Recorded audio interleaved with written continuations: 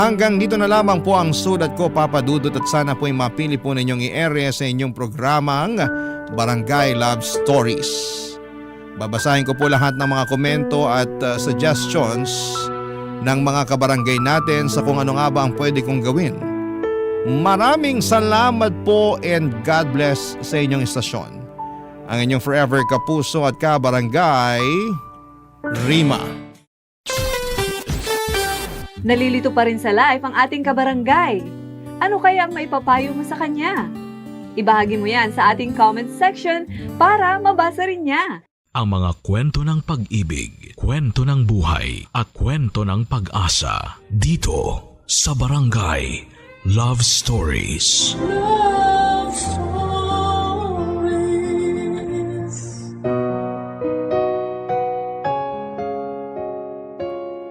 Marami tayong pangarap mula noong bata kahit tumanda pa.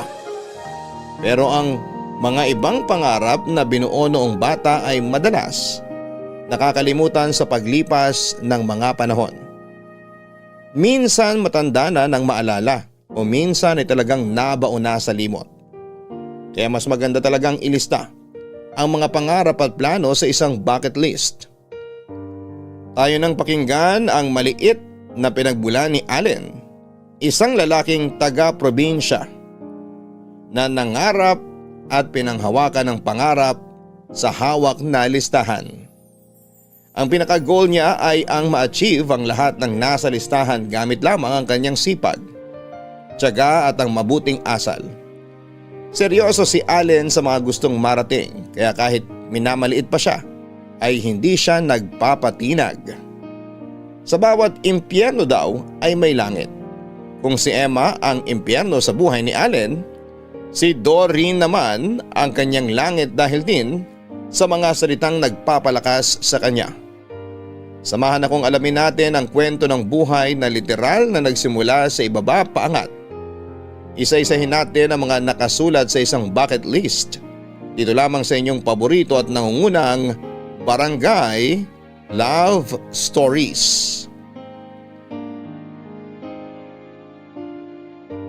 Dear Papa Dudut, ako po si Allen, tubong Bicol, at hindi po kami mayaman. Kaya bata pa po ako ay tumutulong na ako sa mga magulang ko. Nagsasaka po ang tatay at nanay ko sa isang maliit na lupa na inuupahan namin para taniman ng palay. Ako naman po ay para makatulong ay nag-iigib ako ng tubig para sa mga kapitbahay namin tuwing matatapos ang klase ko. Ang kinikita ko po ay pambaon ko sa araw-araw at ang iba ay panggastos sa mga kailangan sa eskwelahan. Nakakapag-ipon paunti-unti. Marami po akong pangarap at yun po ay nakalista sa isang papel. Doon ko po nililista ang mga gusto kong maabot sa isang bucket list. And speaking of bucket po, ay yun po ang balde na ginagamit ko po sa pag-iigib. Para sa akin ay swerte. Kaya tuwing gabi, katabi ko ang balde at sa loob nun ay doon ko inilalagay ang aking listahan ng pangarap. Magto-21 po ako noong makipagsapalaran ako sa Maynila. Yun po ang unang dating ko po doon, baon ng kaunting ipon at ang aking mga pangarap na nakalista sa isang papel. Mamaya ko na po sasabihin kung paano ako nakarating sa Maynila. Babalik lang po ako sa mga panahon na nasa probinsya ko. Meron pong isang babae na nagkagusto sa akin. Siya po si Emma. Noon pa man ay sinasabi ko na sa kanya na kaibigan lang ang tingin ko sa kanya. Pero ayaw niyang pumayag. Pero hanggang doon lang po talagang maibibigay ko. Marami pa po akong gustong gawin bago isipin ang tungkol sa pag-ibig. Kaya dahil po doon ay pinag-initan niya ako. Hindi niya ako tinitigilang maliitin tungkol sa mga pangarap ko.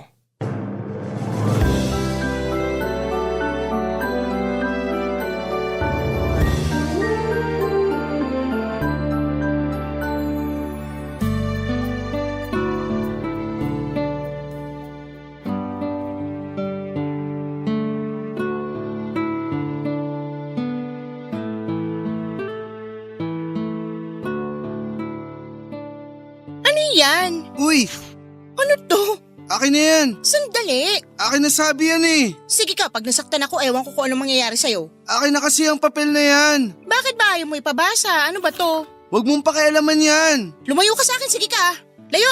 Akin na yung papel, please. Babasahin ko muna. Hindi naman importante sa'yo yan eh. Bakit ba? Ano ba to? Love letter to, no? Hindi. Sira ulo ka, ha? Aayawan mo ko tapos makikipagrelasyon ka sa iba? Hindi sabi love letter yan. Akin na nga. Huwag kang lumapit sa akin. Hindi naman importante sa'yo yan, kaya akin na. Babasahin ko muna. Wag. Tumahimik ka.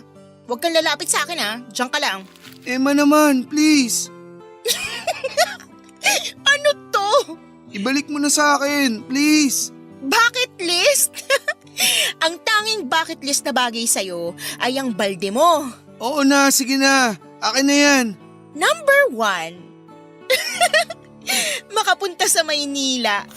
Asa ka pa makakapunta ka doon? Tsaka bihirang nagpapaigib doon kaya siguradong gutom ka pag nakapunta ka ng Maynila. Hindi ako nawawala ng pag-asa. Magiging pareho ka lang ng tatay mo. Buti pa nga ang tatay mo nagsasaka. Ikaw, nag-iigib lang. Hindi masamang mangarap. Asa ka pa? Number 2. Makapag-ipon? Ang tanging maiipon mo ay ang mga iniigib mo. May ipon na ako, paunti-unti. Magkano? Iba ka talagang mangarap. Imposible. Walang imposible sa nagsisikap. Nagsisikap? Mag-igib? Ano naman tong number 3? Makabili ng... Makabili ng sariling bahay. Magsisikap ako. Baka matanda ka na, hindi ka pa nakakaipon ng pambili kahit bahay ng gagamba. Akin na. Akin na yung papel. Sandali, nag-i-enjoy pa ako eh. Marami naman pwedeng paglibangan dyan. Itong nakakatawang bucket list mo ang gusto kong paglibangan eh. Akin na yung papel. Sige, lumapit ka. Baka nakakalimutan mo na ayan lang yung bahay namin. Baka gusto mo mabugbog. Emma naman. Anong susunod sa mga ilusyon mo? Teka. Makabili ng kotse. Siguro makakasakay ka ng kotse pag naging driver ka. Susunod, makapagpatayo ng negosyo. Seryoso ba itong mga pinagsusulat mo dito? Siguro naman masaya ka na. Akin na yung papel. Hindi pa tapos, may isa pa. Number 5, magkaroon ng sariling pamilya. Hindi ka magkakaroon ng pamilya, hindi ka liligaya. Maligaya naman ako ah. Sinungaling, isang kahig, isang tuka tapos masaya? Oo, hindi lang naman pera ang nakakapagpasaya sa mga tao eh. O ano pa? Pagmamahal. Yung pagmamahal ng mga nasa paligid ko. Ikaw ba, palagay mo may nagmamahal sa'yo? Oo, mahal ako ng mga magulang ko. Siyempre, magulang mo yun eh. Ano sinasabi mo? Wala, akin na yung papel ko. Sinulat mo pa talaga to? Iba ka rin eh. Hindi ako mawawala ng pag-asa. Pangarap ko yan, kaya gagawin ko ang magagawa ko. Ah, talaga? Wag! Anong wag? Itong bagay sa pangarap mo. Bakit mo pinunit? Para matigil ang ilusyon mo. Sobra ka naman. Wala kang kwentang kausap. Pero napatawa mo ko. Makaalis na nga.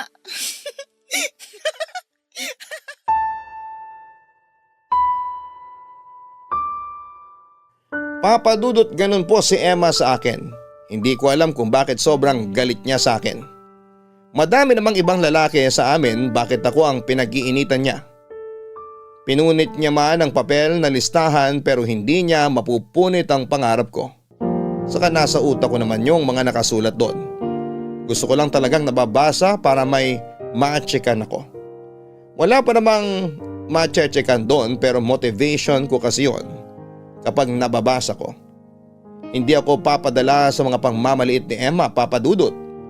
May kayang pamilya ni Emma. Kaya kung papalag ako o pagsasabihan ko siya ay alam kong ako lang ang talo. Kaya tinis ko na lamang yon. Kung magsasalita ako ay lalo lamang siyang mag-aapoy. Kaya pinapadaan ko na lang po talaga. Papadudot, ang igiban ay tanaw mula sa mataas na bahay nila Emma. Sa mismong kwarto niya ay makikita na ang igiban kaya malalaman niya talaga pag nandun ako. Isa pa ay yun lang naman talaga ang oras ng pag-iigib ko sa tuwing natatapos ang klase. Pero 2 buwan na lang graduation na. Pwede na ako mag-igib kung anong schedule ang piliin ko. Kaya kahit papaano ay may iwasan ko na si Emma. Habang nasa igiban ay may tumawag sa akin. Sinabihan ako ng isang napakaganda at masayang balita. Kaibigan ng tiyuhin ko na nasa Maynila yon. Sinabihan ako na may trabaho daw siyang iaalok sa akin sa Maynila kapag nakagraduate na ako. Para akong balde na napuno ng tubig kasi ang puso ko ay punong-puno ng saya sa magandang balita. Kaya matapos ako makipag-usap ay alam kong 2 buwan pa. Pero excited akong tsekan yung unang nakasulat sa listahan ko, ang makapunta sa Maynila. Pero ang saya ko ay mapapalitan naman ng lungkot. Emma, Ano to? Listahan na naman. Hindi ka nadadala. hindi mo masisira ang pangarap ko. Ilusyon, hindi pangarap. Baka pwedeng magpahinga ka naman. Kakatapos ko na magpahinga, nag-ipon talaga ako ng lakas para sa oras na to, no? Kasama talaga ako sa schedule mo. Natural! Kailan mo ba ako tatantanan? Gumising ka sa katotohanan at titigil ng mga to. Gising na gising ako at kitang-kita kita. Pwes, tanggapin mong relasyon natin. Ano? Anong relasyon? Huwag kang magmaang-maangan, alam mo sinasabi ko. Ibabalik ko lang ang sinabi mo kanina. Wala tayong relasyon kasi ikaw lang ang may ilusyon. Mayabang ka na, ah. Sinasabi ko lang ang totoo. Ano pinagmamalaki mo, itong pangarap mo? Ay sorry, panaginip lang pala. Gumising ka kaya para malaman mo na hindi magkakatotoo to? Bakit hindi ikaw ang gumising para matanggap mo na wala akong gusto sa'yo? Kapal mo, wala rin akong gusto sa'yo, no? Oh, ayun naman pala eh. E di tumigil ka na sa mga ginagawa mo sa akin. Desisyon ko to. Sino ka para diktahan ako sa gusto kong gawin? Dahil ako ang ginugulo mo. Paano? Nakakatawa ka. Kakapunit ko lang nung listahan mo kahapon, ngayon may bago ka na naman. Papel lang ang pinunit mo. Kaya kong palitan. Pero ang suma, ganun pa rin. Wala kang mararating. Hanggang dyan ka lang. Akin na nga yung papel ko. Sige, mahawakan mo lang ako, sisigaw talaga ako dito para malaman mong hinahanap mo. Sige, sa'yo na yung papel na yan. Kaya kong gumawa ng bagong listahan. Aba, mayabang ang tono mo ah. Sinasabi ko lang ang katotohanan. Kahit ilang listahan ang punitin mo, yung nakalista pa rin ang importante. Ano to? Bakit may check tong number 1? Wala. Anong wala? Ayan, may check oh. Wala ka na dun. Ayaw mong sabihin? Hindi mo ako mapipilit. Pwes, kausapin mo ng tatay mo.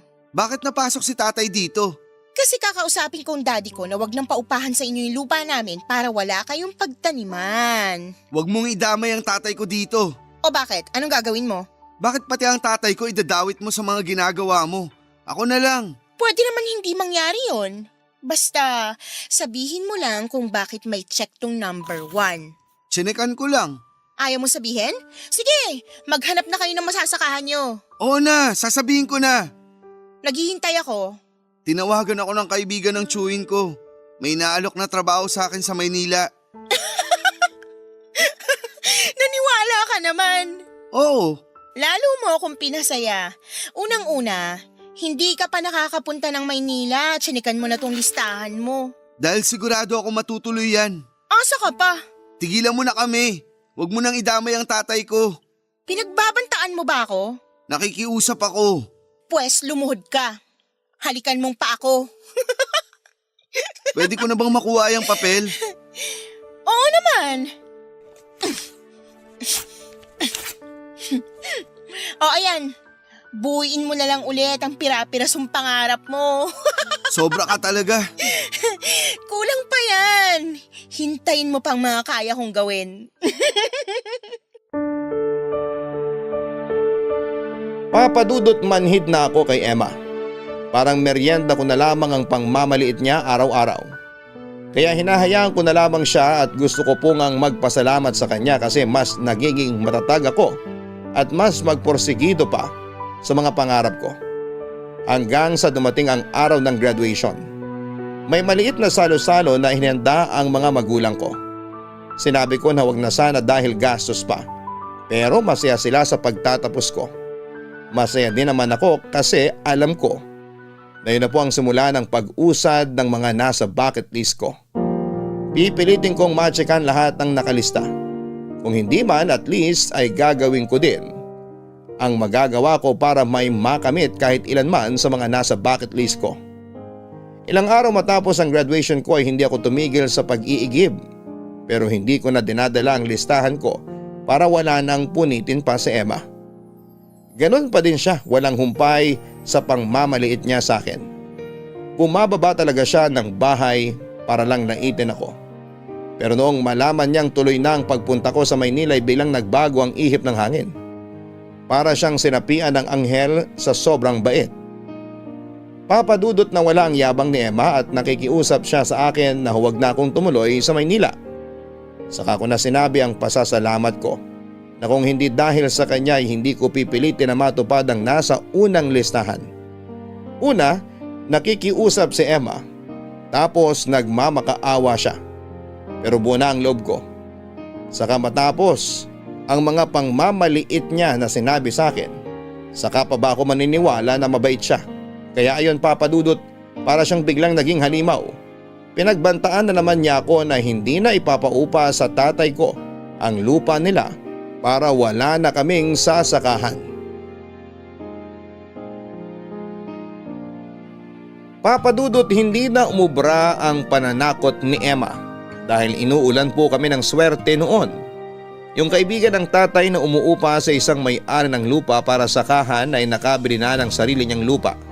Kaya inalok na ipasa kay tatay ang dating pinagsasakahan nito. Mas malaki at mas mura kaya tinanggap na ni tatay. Kaya manakot man si Emma ay may lilipatan na si tatay matapos ang anihan. Galit na galit si Emma at isinumpa niya ako na hindi magtatagumpay.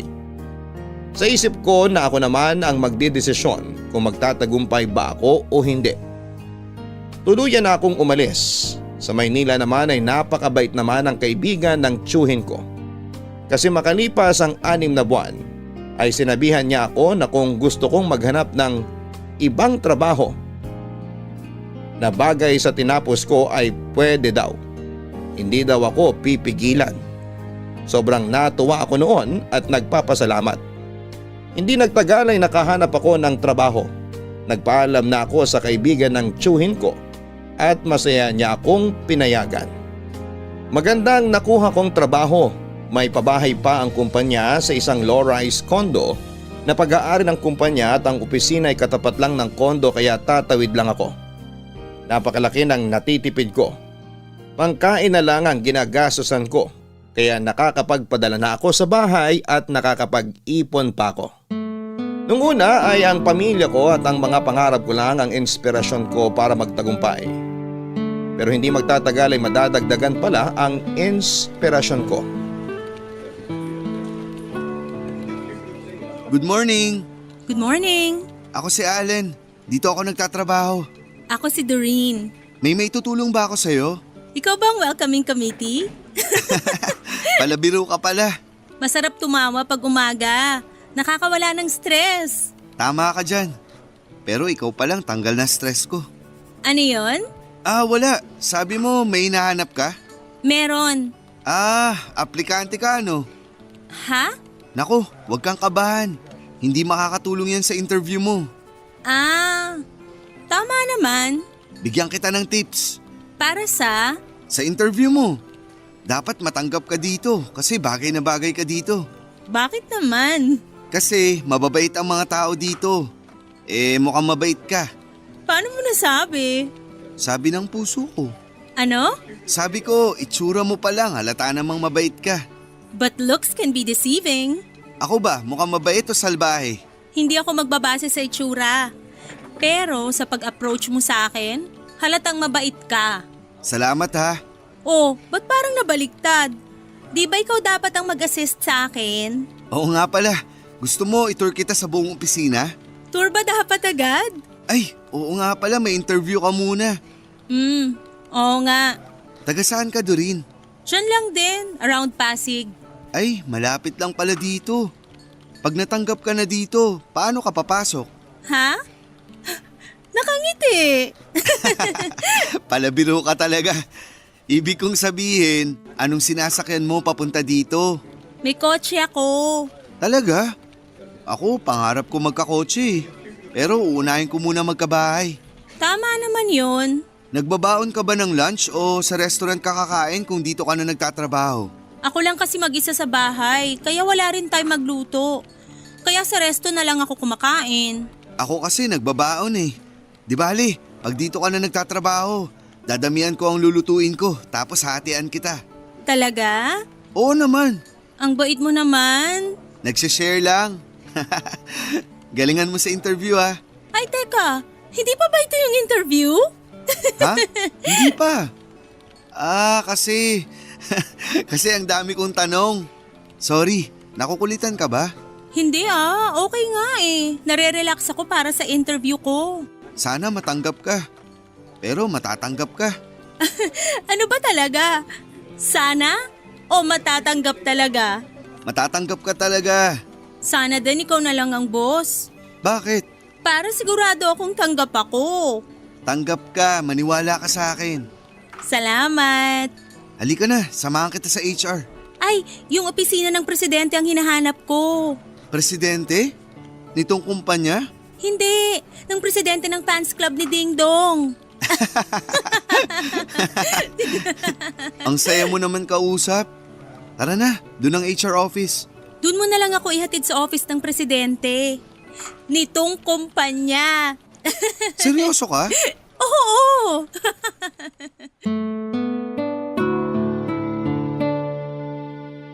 Papadudot dahil pala biro si Doreen.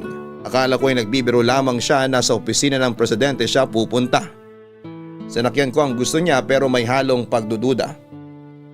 Nang makarating kami sa opisina ng presidente ay agad kaming pinapasok ng sekretarya niya sa opisina nito. Doon ako naguluhan. Pagpasok namin ay masayang binati at welcome ng presidente si Doreen. Doon ko lang nalaman na si Doreen pala ay ang bagong VP for Operations. Papadudot hindi ko alam noon kung namula ba ako o nanliit. Hiyang-hiya ko kay Doreen na inakala kong aplikante ay boss ko pala. May halong takot at hiya ko dahil baka negative sa kanyang ginawa ko. Pero nakikita ko siyang nakangiti at parang natatawa. Sobrang hiya ko ay nagpaalam na ako sa presidente pero pinigilan niya ako at sinabing sumalo daw ako sa kanilang pagkakape. Hindi ako makatanggi dahil presidente ang nagsabi. Hindi ako makatingin kay Doreen pero sa gilid ng mata ko ay nakikita ko na sa akin siya nakatingin. At hinihintay niyang mapalingon ako. Doon ako ibinida ng presidente na ako na daw ang mag-tour kay Doreen, total ay kabisado ko na ang buong opisina at kilala ko ang lahat ng tao kaya madali na silang ipakilala.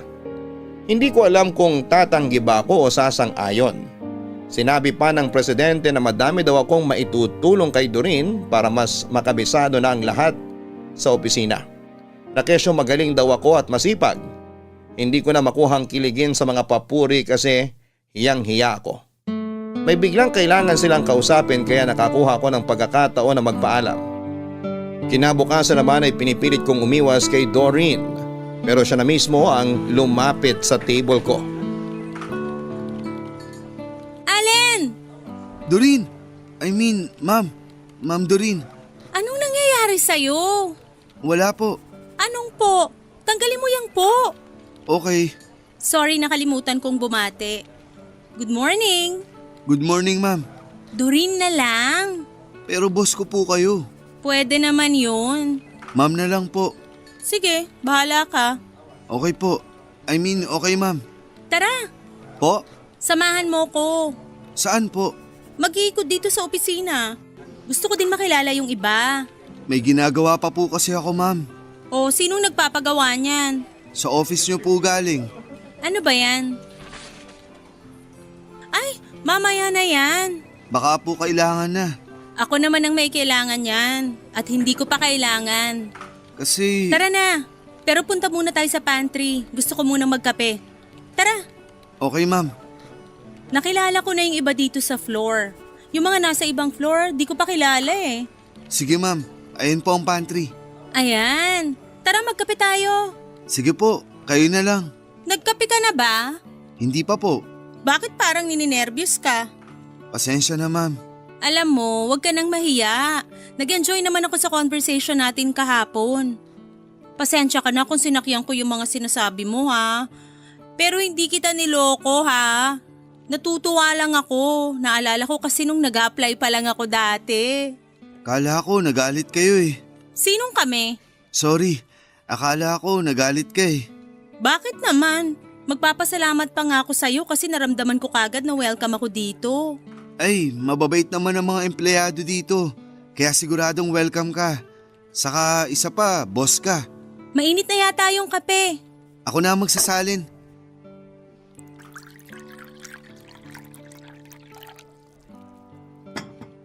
Eto, Salamat. Maupo ka, magkwentuhan muna tayo. sige. Puring-puri ka ni Mr. Cacho ah. Salamat naman. Gusto mo ba yung trabaho mo dito?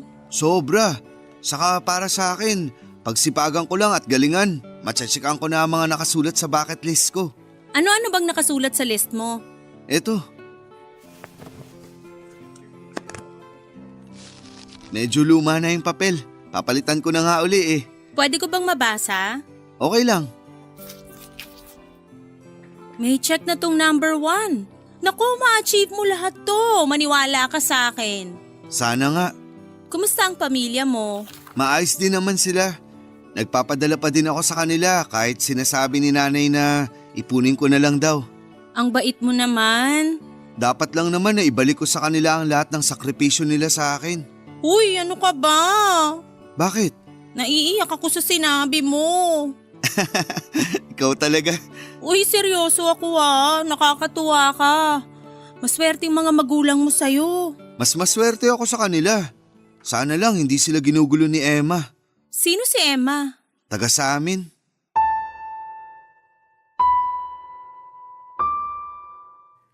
Papa Dudut, ewan ba kung madaldal ako o magaling magtanong si Doreen kasi lahat ng tinatanong niya ay sinasagot ko at hindi basta sagot, may kasamang kwento. Gaya na lamang ng tungkol kay Emma. Ayokong siraan si Emma pero kung may kukwento ko siya ay may kukwento ko talaga ang sama ng ugali niya. Kaya parang sinisiraan ko na din siya. Yun nga lang ay totoo ang sinasabi ko. Magiging sobrang close kami ni Doreen. Siyempre, iba yung feelings ko kasi nung una pa lamang na love at first sight na ako sa kanya. Kaso hindi pwede. Boss ko pa din siya. Pero darating ang isang pag-uusap namin na kung saan ay magkakaaminan kami ng mga damdamin namin sa isa't isa. Hindi ko na matandaan kung paano napunta sa usapang yon pero napunta kami doon. Naamin din ni Doreen na nagkakagusto siya sa akin. Ang katapusan ay nagkaroon kami ng relasyon. Bukod sa relasyong mag-boss, napakabilis ng pangyayari, Papa Dudut. Parang sa isang iglap ay nag-click kami at naging kami. Pinipilit naming maging profesional sa opisina. Kumbaga sekreto lang ang relasyon namin. Pero isang araw ay nagulat ako nang ipatawag kami sa opisina ng presidente.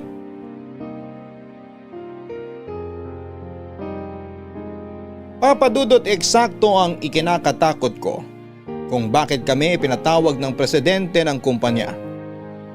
Tungkol po sa relasyon namin ang dahilan ng pagpapatawag pero hindi po galit ang presidente. Una ay kinumpirma niya kung kami nga ba ni Doreen. At nung aminin namin ay nagulat kami noong i-congratulate niya kami. Lalo kong naguluhan at sinabi niya na hindi makikialam ang kumpanya sa relasyon namin. Ang paalala lamang niya ay huwag daw idadamay ang trabaho sa relasyon namin. Alam niya din naman na profesional kami sa opisina at iba pa pag nasa labas na. Kaya natutuwa sa amin ang presidente. Pero hindi pa pala yun ang talagang dahilan ng pagpapatawag niya. Sinabihan niya kami na pag natapos na ang trabaho ay lalabas daw kaming tatlo para mag-celebrate. Gumanda pala ang takbo ng kumpanya noong mga panahon na yon kaya masaya ang aming presidente. Inibita niya kami dahil sa kami naman daw ang mas nakakakilala sa mga empleyado ay gusto niyang mag-organize ng party para sa lahat. Masaya kaming sumang-ayon sa plano niya dahil siguradong matutuwa ang mga kasamahan namin. Natapos ang masayang gabi kahit na ilang ako. At kainuman ko ang presidente ay naging kampante naman ako. dahil mabait siya. Isa pa gaya ng sinabi ko ay alam kong lumugar. Noong pauwi ay hatid na ako ni Doreen sa kondo gamit ang kotse niya. Pinagsaglit ni Doreen ang kotse niya tapos ay sumabay siya ng lakad sa akin hanggang sa tapat ng kondo. Nagkwentuhan kami sandali, ang hindi ko alam ay hindi pa pala doon matatapos ang araw ko.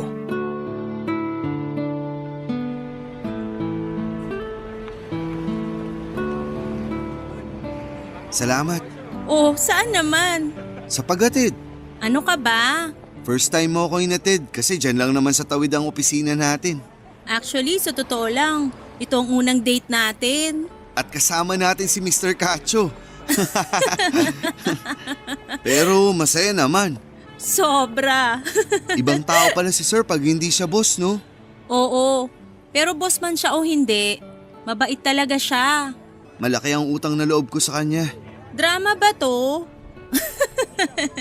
Sige na nga, umuwi ka na. Oo nga. Sige, good night. Ingat ka ha. Salamat. Good night. Ano to? Emma, Emma? Ako nga, nagulat ka no? bakit ka nandito? Akala mo hindi kita mahuhuli na may kasamang iba? Anong sinasabi mo? Girlfriend ko yung kasama ko. Ang kapal mo din naman no? Bakit? Ang kapal na mukha mong sabihin sa akin na girlfriend mo yan. Eh paano tayo? Ano? Anong sinasabi mo? Bastos ka talaga? Aalis ka, iiwan mo ako tapos makikipaglandian ka sa babaeng yan? Tumigil ka, Emma. Ano, nahihiya ka ngayon? Nakakahiya talaga. Nag-ieskandalo ka. Nagsisisigaw ka, natutulog na ang mga tao. Allen? Ayun, ang magaling na babae. Ano, binili mo si Allen dahil may kotse ka? Tumigil ka, Emma. Kung akala mo nabibili si Allen, hindi mo nga talaga siya kilala. May paninindigan siyang tao. Aba, at abogada ka din pala. Kung kinakailangan. Pal ka pala eh. Huwag mong bastusin si Doreen. Bakit hindi? Bastos din siya eh. Tinuruan kami ng magandang asal at tamang pag-uugali. At bakit ako hindi?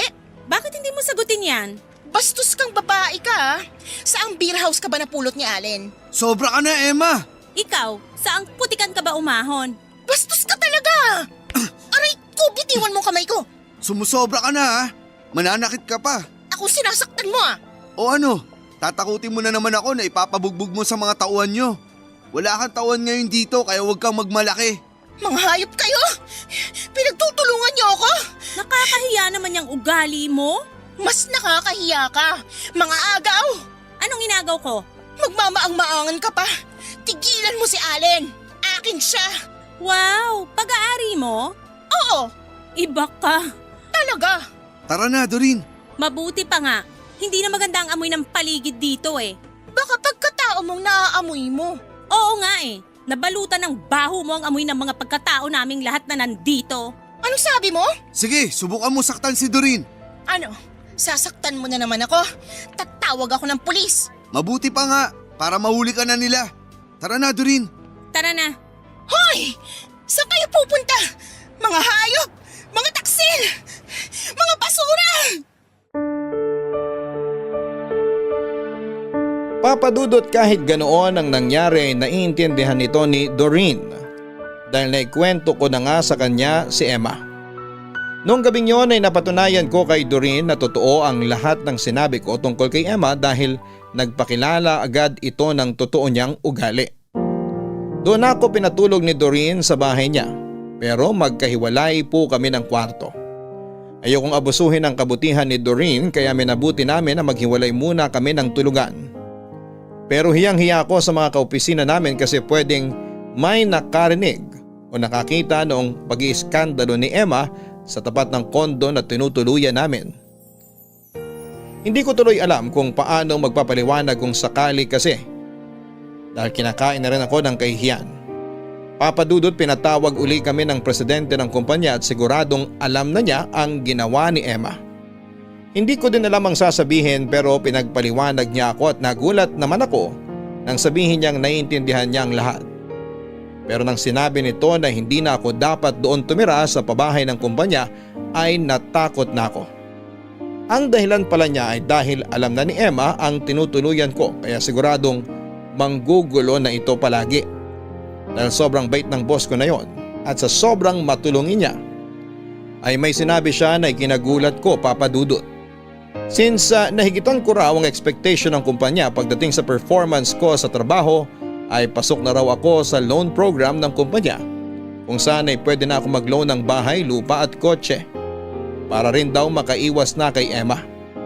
Papadudot ang bahay, lupa at kotse ay kasama sa bucket list ko. Lumundag ang puso ko sa tuwa kaso'y naisip ko na paano kung hindi ko mabayaran. Kaya sinabi ko sa presidente na pag-iisipan ko at nagpapasalamat din ako sa kanya.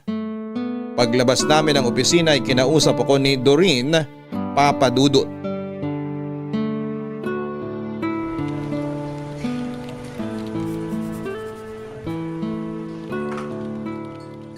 Huy, Ha? okay ka lang? Ha? Oo. Ano bang iniisip mo? Pasensya ka na. Naghahalo-halo lang ang iniisip ko. Si Emma? Nahihiya kasi ako sa'yo. Ano ka ba? Napag-usapan na natin yan ah. Hindi ko kasi akalain na magpupunta siya dito para gawin yun. Sinabi ko naman, di ba? Naiintindihan ko.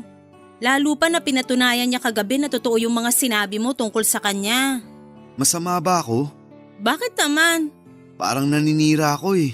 Allen, ang naninira ay yung gumagawa ng kwento na hindi totoo. Sabi ko nga, kagabi siya na mismo ang nagpatunay na siya ay totoo. Bakit kaya nagpunta yun sa kondo? Naku, wag mo nang problemahin yun. Ang isipin mo, sarili mo. Maganda ang offer ni boss. Oo, pero natatakot ako eh. Ha? Saan naman? Gusto ko na rin talagang magkabahay ng sarili. Kaso baka hindi kaya. Bakit hindi? May trabaho ka naman at maganda ang record mo dito sa kumpanya. Kaya ko kaya? Allen, ganito yan. Alam kong first time na open sa'yo kung paano yung loan. Pero hindi ka siguro kakapusin o madedelay basta ma-manage mo lang yung sweldo mo. Mag-uusap kayo kung magkano magiging monthly hulog mo tapos mula sa matitira, dun mo na i-compute kung paano mo hahati-hatiin sa mga gastusin at responsibilidad mo. Ah, hindi kalahati ng sweldo kada buwan ang ibabawas? Hindi. At saka hindi nila ibabawas kasi hiwalay ang department ng loan. Kaya dun ka magbabayad. Kaya ko pala. Ikaw pa ba? Nasabi naman ang loan ng orientation pero hindi pa ako masyadong interesado nun kasi alam ko matagal pa at baka hindi ko pa kaya. Salamat Doreen. Ay, sorry, ma'am pala. Nabibigla ka pa? Dalawa lang naman tayong magkausap. Sorry, nawala sa isip ko na nasa office na pala tayo. Hay nako Allen, ikaw talaga. Pero salamat talaga. Oh, saan na naman? Sa lahat. Sa suporta, sa pagpapaliwanag, sa presensya mo na inspirasyon ko at sa pagmamahal mo. Seryoso ka na din lang? E di magpapasalamat na din ako. Saan? Sa pagdating mo. Kitang-kita ang kabutihan ng puso mo kaya huwag kang mawawalan lagi ng pag-asa. Sa buhay na to, marami pang Emma na darating sa'yo kaya lagi kang magiging malakas at matapang. Oo, makalipas ang matagal na panahon na nakalimutan ko na siya at wala na ang mga panliliit niya sa akin. Ayun, bigla siyang susulpot para ipaalala ang mga ginagawa niya sa akin dati. I-focus mo ang sarili mo sa hinaharap. Kung paulit-ulit man na may mga ganun sa buhay mo, lagi mong panghugutan ng lakas yung mga pangarap mo. Ang bucket list ko. Tama. Ay, teka, yung listahan mo siguro kailangan mo nang dagdagan. Nako, tapusin ko muna na ma-check ko sa listahan yung bahay at lupa at kung papala rin yung kotse. Sa sipag at galing mo, hindi imposible na baka 2 o 3 taon lang fully paid mo na yung loan mo. Sana nga. Maniwala ka lang. Huwag mo akong iiwan ha. Oh, ano ba yan? Bakit naman kita iiwan? Baka magsawa ka sa akin eh. Lagi lang akong nandito. Kasi boss mo ako, di ba? Sobrang saya ko. Maa-achieve mo yung bucket list mo. Maniwala ka. Yung nakalista sa uli, at least alam kong anytime na. Teka, ano nga ba yung huli sa list mo? Unahin ko lang ang bahay at lupa para may titiran tayo. May bahay din naman ako. Siyempre gusto ko yung pinaghirapan ko. Hindi kita kokontrahin dyan. Pangarap mo yan eh. Siyempre kahit mas mataas ang posisyon mo at mas malaki ang sweldo mo, dapat ako pa rin ang bubuhay sa'yo at sa magiging mga anak natin. Oo nga naman. Tara na nga, patapos na ang break. Work mode na tayo. Yes, boss! Papadudot, napakasaya ko noong araw na yon. Well, palagi naman po akong masaya dahil kay Doreen, pero dagdag saya po sa akin na makakita ng liwanag para sa pag-usad ng bucket list ko. Umuusad ng pangarap ko at nagbubunga na ang sipag ko. Sa totoo lang, ng mga panahon na yon ay excited pa akong maghulog sa loan buwan-buwan kasi ibig sabihin noon ay palapit na ng palapit na maging akin ang buong buo ang bahay at lupa na niloan ko. Gusto rin sanang tumulong ni Doreen sa paghuhulog pero nakiusap ako sa kanya. Nahayaan ako kasi responsibilidad ko yon.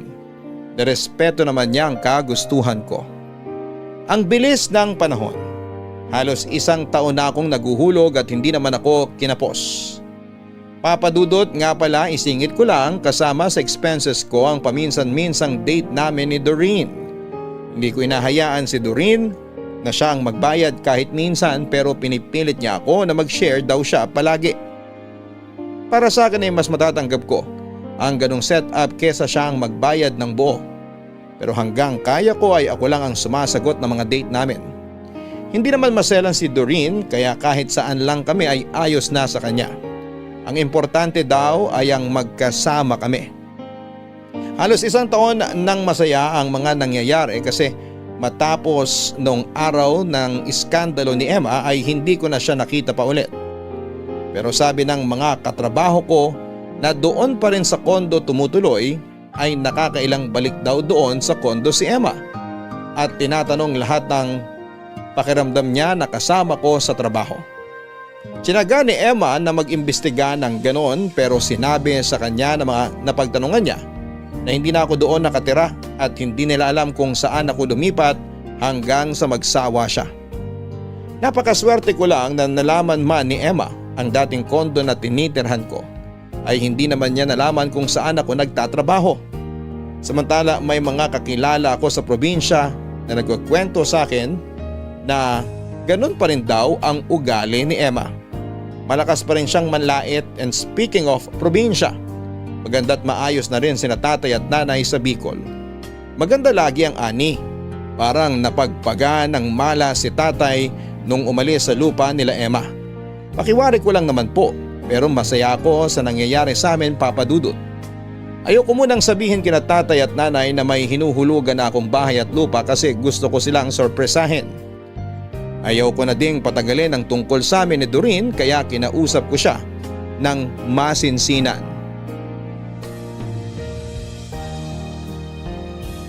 Kahit na alam kong mahal na mahal namin ni Doreen ang isa't isa, ay hindi pa din maalis sa dibdib ko ang kaba, Papa Dudut. Gusto ko na iyain si Doreen na umakyat sa mas mataas na level ng relasyon namin. Pero baka hindi pa siya handa. Gusto ko na maganda ang proposal ko kaya lihim kong tinanong sa sekretarya niya ang araw na maluwag ang schedule ni Doreen. Saka ko inayos ang date at niyaya siya. Akala ni Doreen na regular date lamang yon, pero hindi. Dahil naman sa pagkaligaga ko ay kinabahan si Doreen sa nangyayari. Nakarating kami sa restaurant, kumain, nagkwentuhan, pero mukhang nahalata talaga ako ni Doreen kaya ang ending ay nangulit at pinilit niya akong paaminin kung anong gumugulo sa akin. Siyempre hindi ko na po naitago pa at sinabi ko na rin ang aking pakay sa kanya ng araw na yon.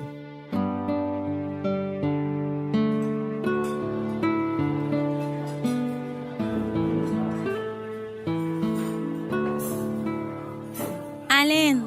Kunin ko na yung dessert? Oo. Ay, mamaya na. Hindi yan ang gusto kong sabihin. Ay, may gusto ka pang orderin? Sige lang. Oh, hindi ka magsishare ha. Treat ko to. Wala na akong gustong orderin. Sure ka? Oo. Ipakuha ko na yung dessert? Mamaya na. Mag-usap muna tayo. Okay. Anong okay? Bakit parang last meal na natin sa dami ng in-order mo? Magji-gym naman tayo bukas, di ba? Hindi yon. Feeling ko pinapahaba mo lang tong usapan. Hindi ah.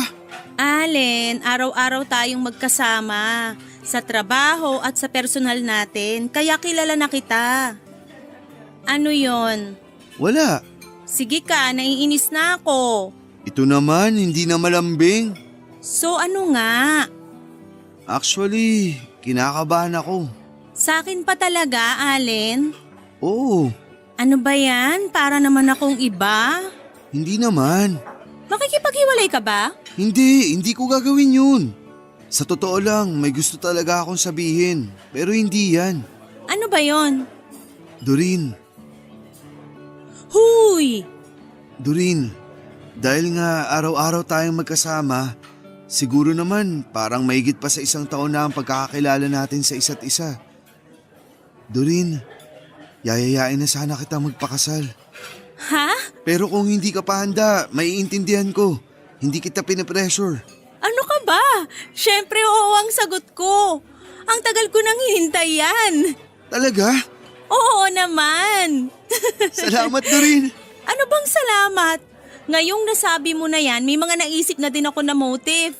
Pero syempre, ikaw ang mag-a-approve. May motive ka na? Oo, pati venue. May mga nalista na akong restaurant para sa reception. Ikaw na mamili kung anong gusto mo. O baka may mga naiisip ka na din. May 3 tayong choice na simbahan. Doreen,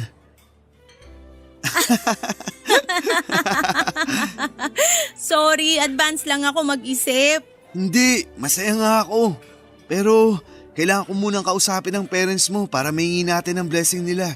Naku, walang problema kila mami at daddy. Pero syempre, ang sweet nung magpapaalam tayo. Oo, kaya dapat umuwi muna ako sa probinsya para masabihan sila nanay at tatay. Para lumuwas sila pagkakausapin na ang parents mo. Uuwi ka? Ha? Oo, bakit? Hindi mo ako isasama? Gusto mo ba? Oo naman. Hindi ko pa sila nakikilala ng personal eh. Minsan ko lang din sila makausap kapag nag-video call ka. Paano kaya ang trabaho natin? Allen, entitled tayo sa leave, kaya pwede natin gamitin yon. Saka para wag din tayong mabitin sa pagpunta sa probinsya nyo, pwedeng ituloy natin sa maiksing bakasyon. Sige, matutuwa sila nanay at tatay niyan. Baka pag sinabi ko sa kanila yan, mag-prepare na agad yun ng itinerary para sa stay natin. Ang cute! Nakakatuwa naman sila. Siguradong magugustuhan mo sila. Oo naman. Kaharap ko kaya ang produkto nila. Kaya sila ang ugat ng lahat ng magagandang ugali mo. Salamat. Formal? Mabibigay ko na sa wakas yung regalo ko sa kanila. Regalo? Oo, wag mo na akong kontrahin na plano ko na din yun. Kaya ang dapat na lang natin pagplanuhan ngayon, yung pag-uwi sa inyo.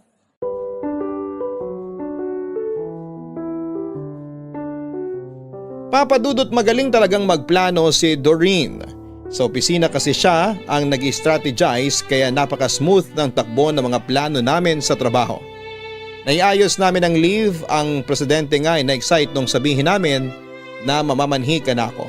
Siya na mismo ang nag-alok na maging ninong namin. Dumating kami sa probinsya, sila tatay at nanay ay pang piyesta ang hinanda. Nahiya pa ako kay Doreen nung una kasi ang daming tao sa bahay nung dumating kami. Mga kamag-anak at mga kaibigan ng pamilya namin. Si Doreen ay parang kakandidato kasi walang pinaligtas. Lahat binati niya at kinausap. Parang kasal na nga po ang nangyari kasi kada mesa ay nilalapitan niya. Siyempre kasunod niya ako matapos makipag-usap sandali ay magpapapicture pa si Doreen kada table. Para siyang nagre-rehearse para sa araw ng reception sa kasal. Natawa na lamang ako kasi kulang na lang ay umarkila ng banda si tatay. Napakasaya ng pamilya namin ng araw na yon. At higit sa lahat ay napakasaya ni Doreen. Kaya kinabukasan ay inikot ko naman siya sa probinsya. Ipinakita ko sa kanya ang mga magagandang tanawin sa amin pati na rin ang mga importanteng lugar sa amin na may kinalaman sa paghulma ng pagkatao ko. Tulad ng eskwelahan, mga kainan, mga lugar na laruan at higit sa lahat ay ang lugar ng Igiban. Nung nandun na kami sa Igiban ay ang daming alaalang bumalik sa akin. May malungkot pero maraming masaya. Dala pala namin ang balde na ginagamit ko noon na talagang nakatago lang sa bahay kasi parang kakambal ko na yon. Ang saya ng ala-ala ko sa baldeng karamay ko. Dahil sa balde na yon ay nabuo ko ang bucket list ko. Masaya kami pero may nakalimutan ako, Papa Dudut. Dahil sa gustong gusto kong ipakita kay Doreen ang igiban ay may nawala sa isip ko.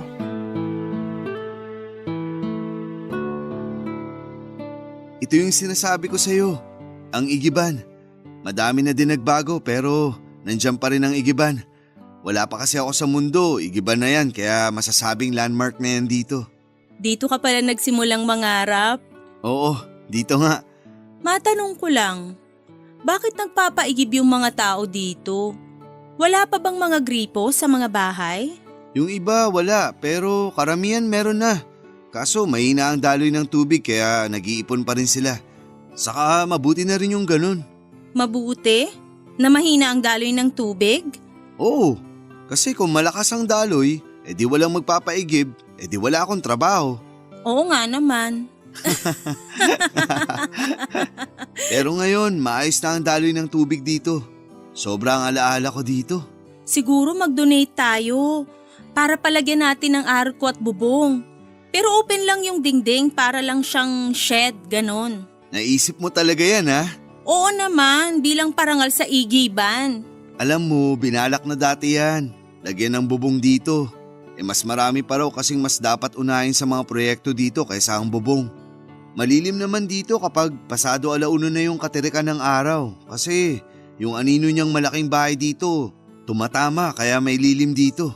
Ay! Bakit? Nawala sa isip ko. Urong tayo dito ng konti. Bakit? Yang malaking bahay nila Emma. Nawala sa isip ko. Itong sinasabi mo nalilim sa tanghali? Oo. Yung bintana sa gilid, kwarto niya yun. Baka makita niya tayo. Kaya pala sabi mo madalas na alam niya yung schedule mo kasi nasisilip ka pala niya sa bintana. Oo, kahit nga magtago ako, malalaman niya pa rin. Paano? Kasi kilala ng lahat ang timba ko, kaya pag nakita niya na nakasalang sa gripo ang timba ko, alam niya nandito na ako. Grabe naman yung babae na yun. Kahit malilim na dito pag nag-iigib ako, para pa din ako nakabilad sa araw. Dahil sa araw-araw na ginagawa ni Emma sa akin. Hayaan mo na, maganda naman ang naging kapalit. Mabuti na lang hindi ka naniwala sa kanya. Oo, kahit ginagawa niyang impyerno ang buhay ko, naniniwala pa rin ako sa langit at tutuparin nito ang mga pangarap ko. Anyway, tara na, baka maabutan pa tayo nun. Saan kayo pupunta? Emma, Nagulat ka, no? paalis na kami. Hindi kayo aalis. Kausapin mo ko. Binastos niyo ako sa Maynila. Iniwan niyo ako habang nagsasalita. Unang-una, hindi ka namin binastos. Ikaw ang nambastos sa amin. Pangalawa, hindi ka nagsasalita nung iwan ka namin. Nag-ieskandalo ka. Tara na, Allen. At sino kang magdidikta kay Allen ang gagawin niya? Excuse me, hindi ako marunong magdikta. Kasi may kanya-kanyang isip ang tao at alam nila kung sino ang gusto nila at hindi. Bastos ka talaga. Bastos? Hindi tinuro sa akin yan ng mga magulang ko. Sa'yo ba? Matapang ka na sa balwarte kita. Tumigil ka na, Emma. Tara na, Doreen. Isa ka pang hampas lupa ka. Nangungupahan lang naman kayo dati sa amin ng sakahan ah. Anong sabi mo? Hampas lupa? Hindi mo pa ba kilala kung sino yung kausap mo? Pues ipapakilala ko sa'yo si Allen. Malapit nang ma-promote na Head of Internal Affair. Kung tutusin, VP na nga ang ka-level eh. O ano ngayon? Care ko. Gusto ko lang sabihin na nasa 5 digits ang sweldo niya monthly. At dahil sa promotion, magiging 6 digits na siya. Kung alam mo ang sinasabi ko. Ano akala mo sa akin, tanga? Alam kong sinasabi mo, pero mahirap pa rin sila. Tara na, Doreen. Sandali, Allen. Kailangan magising na tong babaeng to eh. Excuse me uli, Emma ha. Alam namin na hindi na sa inyo ang lupang sakahan dati. Naibenta na yon dahil sa utang nyo. Kaya wala na kayong lupa. At yung bahay nyo na nakasangla, maiilit na dahil wala kayong pambayad.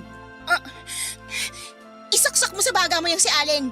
May boyfriend na ako no, at mayaman. Kaya bibilihin namin ulit ang lupa at tutubusin tong bahay. Eh ikaw, Allen, hanggang pangarap ka na lang. Ayoko na sanang pumatol pero gusto ko lang sabihin na isa na lang ang hindi ko pa na-checkan sa bucket list ko. Natsekan ko na ang makapuntang Maynila, may bahay at lupa na ako, mababayaran ko na ang kotse, pinaplano ko na lang tungkol sa business. Pero may pera na ako. At ang huling tsetsekan ko ay ang magkaroon ng pamilya. Sa totoo lang, pwede ko nang i-check sa listahan yun. Kasi malapit na kaming ikasal ni Doreen. Pakialam ko! Inaayos na din namin ang kasal namin ng boyfriend ko kaya wala akong pake sa inyo. Makaalis na nga.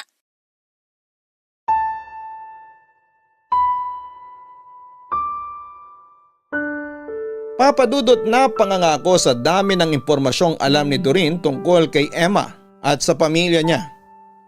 Kaya naman pala dahil nga sa kinakausap ni Doreen ang lahat ng bisita noong pa-welcome sa amin ay madami ding naiambag na chismis ang mga ito ang mga nakausap niya. Nakakatawa pero nasabi ko na lamang ay buti na lang dahil pa nagkataon ay magtutuloy-tuloy ang pangmamaliit ni Emma. Pero nagmalaki pa rin ito na parang ayaw gumising sa bangungot niya. Isang linggo kaming nasa probinsya, sinulit namin yon. Wala nang stress kasi maski si Emma ay hindi na namin nakita pang muli. Siguro'y napahiya na. Kaya sa pagbalik namin sa Maynila ay plinano na namin papadudot ang pamamanhikan sa mga magulang ni Doreen. Nang may set na ang araw ay pinalawas ko kagad sina tatay at nanay. Doon na nila nalaman ang isa pa sa sorpresa ko na bahay at lupa. Masayang masaya sila. Masayang nagkikita ang mga pamilya namin at lahat ay sang-ayon at walang hadlang sa nalalapit na pagpapakasal namin. Naganap ang kasal at napakasayang araw para sa amin. Nagtayo kami ng sarili naming business pero hindi kami umalis sa kumpanyang pinagtatrabahuhan namin. Hindi ko basta-basta iiwan ang kumpanyang malaki ang naitulong para sa aking bucket list. Si Doreen ay bumili ng malaking lupa para sa kanya sa probinsya namin. Malaking parte ng lupa ay si tatay na ang nagsasaka. Ang ibang parte ay pinapaupahan at si tatay din ang namamahala. Ako naman dahil sa pagmamahal ko sa aking pinanggalingan, ang pag-iigib ay nagtayo ako ng water refilling station. May 3 branch ako sa amin sa probinsya at merong 4 na branch dito sa Maynila. Si Emma naman ay nasa probinsya pa rin. Ang mga magulang ni Emma ay binigyan siya ng kapirasong lupa mula sa lupa na kinakatirikan ng bahay nila. Doon nagpatayo ng maliit na bahay si Emma para makapag-solo na siya. Doon na nakatira si Emma ngayon. Ang huling balita ko mula sa kakilala ay hiniwalayan na raw si Emma ng ipinagmamalaki niyang boyfriend. Hindi daw nito kinaya ang ugali ni Emma. Kami naman ni Doreen sa kasalukuyan ay masaya kasama na rin si Allen ang aming 1 taong anak na babae. Salamat po Papa Dudut sa pagbibigay daan sa aming kwento. Nawa ay marami pa kayong kwento ng mga kabarangay ang maitampok sa Barangay Love Stories. Manatili po kayong number 1, Barangay LS 97.1. Ang inyong forever kapuso at kabarangay, Allen. Walang imposible sa bawat pagsisikap. Maganda talaga ang gumawa ng bucket list at piliting may sakatuparan ang bawat nakalista dito. Pero gawin po ito ng paisa-isang hakbang lang at huwag i-pressure ang sarili. Masayang mamarkahan ng check ang listahan. Pero kung hindi uubra, huwag nang ipilit at baka sa ibang araw pa ito dumating. Maling husgahan ang pangarap ng iba. Walang pangarap na hindi matutupad dahil sa pagsisikap. Hanggang sa muli, ako po ang inyong si Papa Dudut sa mga kwento ng pag-ibig, buhay at pag-asa sa Barangay Love Stories number 1. Sabay-sabay nating pakinggan ang iyong kwento ng pag-ibig, buhay at pag-asa. Ipadala lang sa barangaylovestories@yahoo.com. Nagustuhan ng iyong napakinggan? Ituloy yan via live stream sa www.gmanetwork.com/radio.